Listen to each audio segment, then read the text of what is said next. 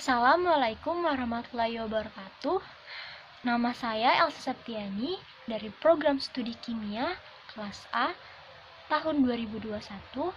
Kali ini saya akan menjelaskan lebih mengenai fotofosforilasi siklik.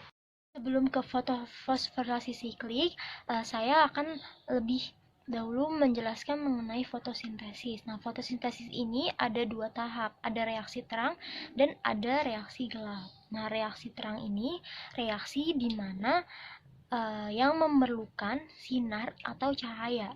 Sedangkan pada reaksi gelap ini reaksi yang prosesnya itu tidak memerlukan cahaya atau sinar.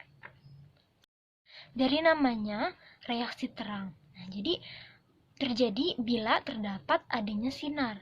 Misalkan itu sinar matahari. Nah, selama tahap reaksi ini, pigmen klorofil itu menyerap sinar. Nah, sinar itu sebagai energi yang bakal digunakan untuk memecah molekul air. Nah, pemecahan itu disebut dengan nama fotolisis. Reaksi fotolisis ini yaitu 2H2O menjadi 2H2 dan O2 atau oksigen. Unsur H2 ini akan terlepas dan bakal ditampung oleh koenzim NADP. Nah, NADP ini berperan atau bertindak sebagai akseptor H2 yang bentuknya itu akan berubah menjadi NADP H2. Nah, sedangkan oksigennya itu akan dilepas ke udara dalam keadaan bebas. Nah, di mana sih tempat terjadinya reaksi terang ini? Nah, reaksi terang ini terjadi pada salah satu bagian dari kloroplas. Nah, bagian kloroplas itu ada membran luar, ada membran dalam, stroma, granum, lumen, dan membran tilakoids. Nah, membran tilakoids inilah yang spesifiknya terjadi reaksi terang. Ini adalah gambar anatomi dari membran tilakoid. Ada tuh ruang tilakoid. Di ruang tilakoid itu ada fotosistem 1, fotosistem 2, PEKI itu plastoquinon, PC itu plastosianin, FD itu ferredoxin, ada ATP sintase juga. Nah, istilah fotosistem itu apa? Nah, fotosistem itu pusat reaksi fotosintesis.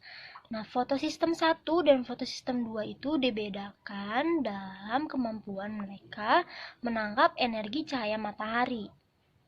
Nah, fotosistem 1 itu menangkap energi cahaya mataharinya itu dengan panjang gelombang 700 nanometer. Sedangkan pada fotosistem 2 itu menangkap energi cahaya mataharinya dengan panjang gelombang 680 nanometer.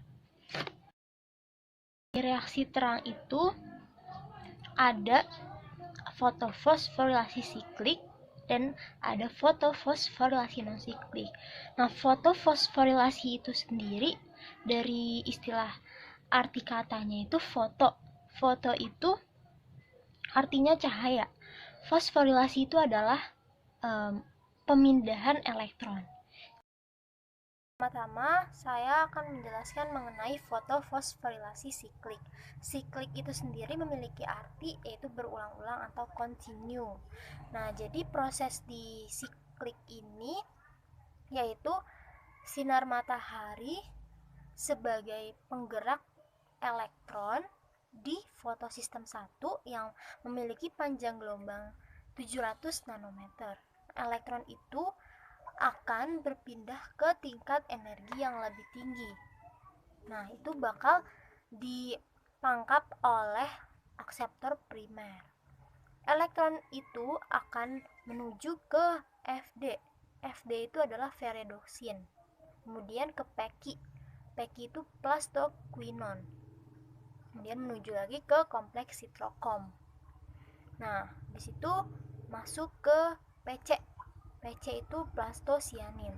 Sebelum kembali ke fotosistem 1, elektron itu mengeluarkan energinya sebagian untuk membuat ATP.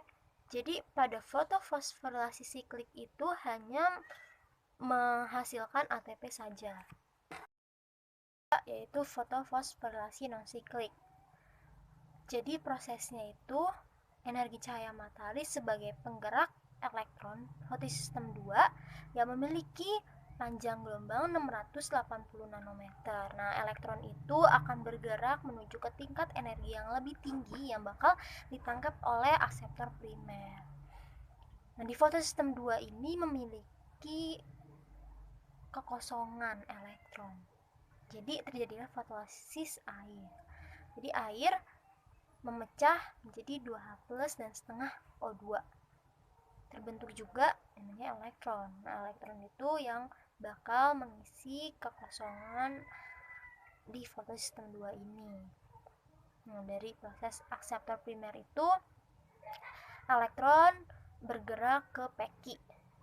Peki itu plastoquinon. Kemudian menuju kompleks sitrokom, selanjutnya menuju ke PC plastosianin. Nah, sebelum ke fotosistem 1 ini, elektron itu mengeluarkan energinya sebagian untuk membentuk ATP. Di fotosistem 1 terdapat energi cahaya juga dari rangsangan luar yang menggerakkan elektron yang di fotosistem 1 ini dengan panjang gelombang 700 nanometer. Elektron tersebut pindah dan ditangkap oleh akseptor primer. Setelah itu menuju ke FD. FD itu ferredoksin. Setelah melewati ferredoksin, lalu menuju ke NADP+ reduktase. NADP+ reduktase ini adalah reaksi di mana membutuhkan elektron. Jadi reaksi ini reaksi yang nantinya akan menghasilkan produk yaitu NADPH. Jadi non-siklik ini menghasilkan ATP dan NADPH. Perbedaannya di fotofosforilasi siklik itu hanya melibatkan fotosistem 1 dan menghasilkan ATP saja. Dan di siklik ini tidak terjadi fotolisis air. Sedangkan di non-siklik ini melibatkan dua fotosistem 1 dan fotosistem 2. Dan juga menghasilkan ATP dan NADPH. Di non-siklik ini juga terjadi fotolisis air untuk menutupi kekurangan elektron pada fotosistem 2. Jadi kesimpulannya pada reaksi terang itu menggunakan cahaya matahari sebagai penggerak elektron. Airnya juga sebagai pendonor elektron yang akan dipecah dan menghasilkan oksigen yang bakal dilepas ke udara. Dan juga fotofosforilasi siklik hanya menghasilkan ATP, fotofosforilasi non-siklik menghasilkan ATP dan NADPH. ATP dan NADPH digunakan untuk reaksi gelap, sedangkan oksigen akan dilepaskan ke udara yang bakal digunakan untuk hewan dan manusia. Nah, sekian dari saya. Kurang lebihnya mohon maaf. Wassalamualaikum warahmatullahi wabarakatuh.